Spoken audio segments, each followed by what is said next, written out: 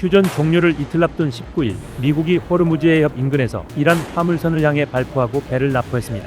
도널드 트럼프 미국 대통령은 이날 트루스 소셜을 통해 호르무즈해협 인근 오만만에서 미국의 해상 공세를 뚫으려는 이란 화물선을 저지하고 미국 손안에 뒀다고 밝혔습니다.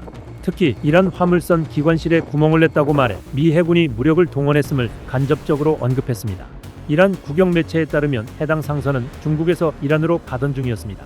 미국이 호르무즈해협에서 대이란 해상 공세를 개시한 이후 경고방송 등으로 여러 이란 선박을 돌려보낸 적은 있으나 무력을 동원해 선박을 직접 저지한 사례는 이번이 처음입니다. 미국의 이 같은 조치는 트럼프 대통령이 이란과의 협상을 앞두고 합의를 압박하는 차원에서 택한 초강수란 평가입니다. 실제로 트럼프 대통령은 납포 발표 전 더 이상 착한 사람 행세를 하지 않겠다고 했습니다. 그는 우리 제안을 받아들이지 않으면 이란의 모든 발전소와 교량을 순식간에 손쉽게 무너뜨릴 것이라며 협상 타결을 독려하기도 했습니다.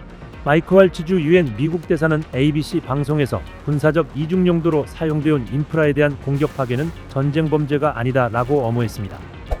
이란 역시 즉각적인 보복을 내고하며 맞불을 놨습니다.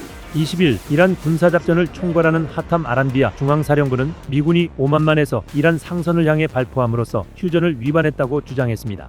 사령부 대변인은 국영 매체를 통해 미군에 의한 무장 해적 행위에 곧 대응하고 보복할 것이라고 강력히 경고했습니다. 이어 이날 이란군이 미군 군함의 무인항공기 공격을 감행했다고 발표했습니다.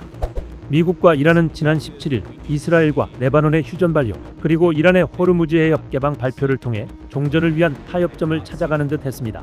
그러나 트럼프 대통령이 대이란 해상 봉쇄 유지를 결정하자 이란도 이를 휴전합의 위반으로 규정하며 호르무즈 봉쇄를 재개했고 이란 이슬람 혁명 수비대는 이곳을 지나려던 인도 선박들을 공격하기도 했습니다. 트럼프 대통령은 즉각 이란은 호르무즈해협에 발포하기로 했고 이는 우리의 휴전 합의에 대한 완전한 위반이라고 주장하며 책임을 이란 측에 돌렸습니다. 이렇듯 양측이 서로를 향해 휴전 협정 위반을 주장하는 가운데 미국이 실제로 이란 인프라 공격을 강행한다면 8주차를 맞은 전쟁은 결국 전면전으로 치달을 가능성이 크다는 분석입니다.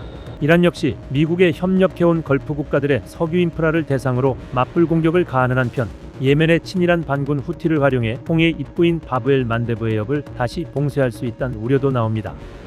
결국 오는 20일 파키스탄 이슬라마바드에서 진행될 2차 협상이 사실상 마지막 담판이 될 가능성이 커졌습니다.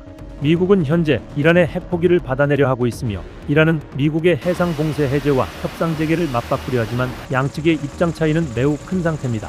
더욱이 미국의 이번 선박 납포 사건이 이란 군부를 자극하면서 협상 자체가 무산될 가능성도 배제할 수 없습니다.